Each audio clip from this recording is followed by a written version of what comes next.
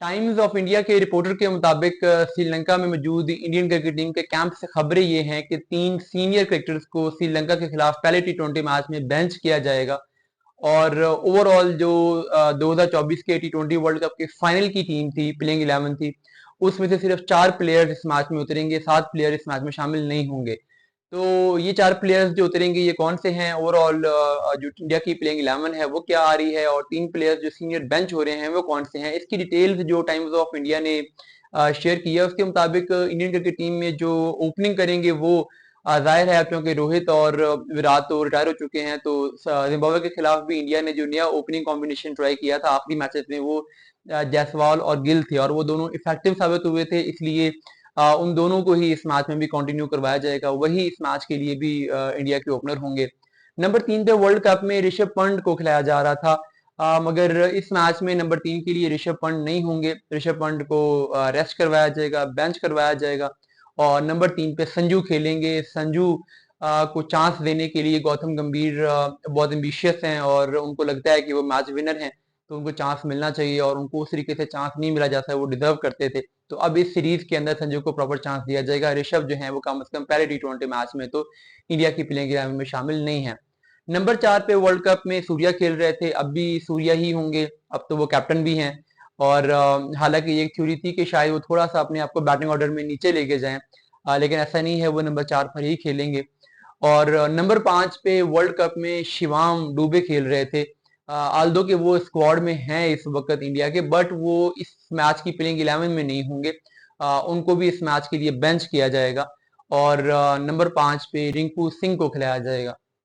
और रिंकू सिंह के बारे में ये भी खबर है कि वो फ्लोटर के तौर पे भी खेल सकते हैं, हो सकता है कि उन्हें कभी नंबर 3 पर भी भेज दें, कभी नंबर 4 पर भी भेज दें, तो बैटिंग पोजीशन जो है वो फिक्स नहीं है। रिंकू सिंह को पहले एज अ फिनिशर यूज किया जाता रहा है, लेकिन अब ये खबरें आ रही हैं कि रिंकू सिंह को एज अ फ्लोटर, यानी उसको डिफरेंट पोजीशन पे ट्राई किया जाएगा, कभी ऊपर कभी नीचे, ताकि उसको ज्यादा ओवर्स मिले और वो ज्यादा फ्लेक्सिबल हो सके अपनी बैटिंग अप्रोच के अंदर,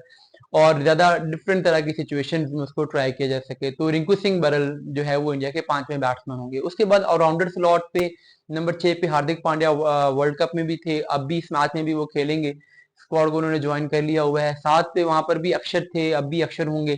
8 पे इंडिया वर्ल्ड कप में रविंद्रा जडेजा के साथ जा रहा था, यानी जो तीसरे ऑलराउंडर थे,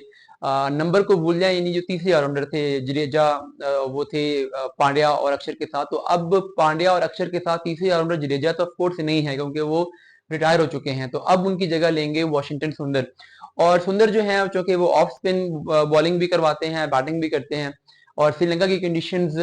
स्पिन फ्रेंडली हैं, तो वो होंगे। और उनके साथ एक और स्पिनर भी होगा, जैसे वर्ल्ड कप के आखिरी मैचेस में इंडिया 3 स्पिनर्स के साथ गया था, तो अब भी चूंकि अक्षर एक लेफ्ट आर्म स्पिनर हैं और वॉशिंगटन ऑफ स्पिनर हैं, तो साथ उनके लेग स्पिनर बिश्नोई को चांस दिया जाएगा। तो अब भी ट्राई का ही स्पिनर्स का होगा श्रीलंका के खिलाफ सीरीज में भी। और कुलदीप चौके स्क्वाड का पार्ट ही नहीं है, इसलिए वो इस मैच में शामिल नहीं होंगे। तो उसके बाद फिर 2 पेसर्स इंडिया ने खिलाने हैं अपनी प्लेइंग 11 को कंप्लीट करने के लिए। एक तो सिराज की वापसी होगी जो कि वर्ल्ड कप के अर्ली मैचेस में थे, बट उसके बाद जब इंडिया ने थर्ड स्पिनर खिलाया तो फिर वो नहीं खेल सके, अर्शदीप और बुमराह ही खेलते रहे थे। अब चूंकि बुमराह नहीं है और अर्शदीप भी नहीं है, तो इसलिए फिर इस सीरीज में जो सिराज हैं उन्हें चांस दिया जाएगा, वो इंडिया के लीडिंग फास्ट बॉलर होंगे। और उनके साथ जो दूसरे फास्ट बॉलर हैं उसके लिए खलील को चांस दिया जाएगा, और उसकी जो सोल रीजन है वो ये है कि वो लेफ्ट आर्म पेसर हैं,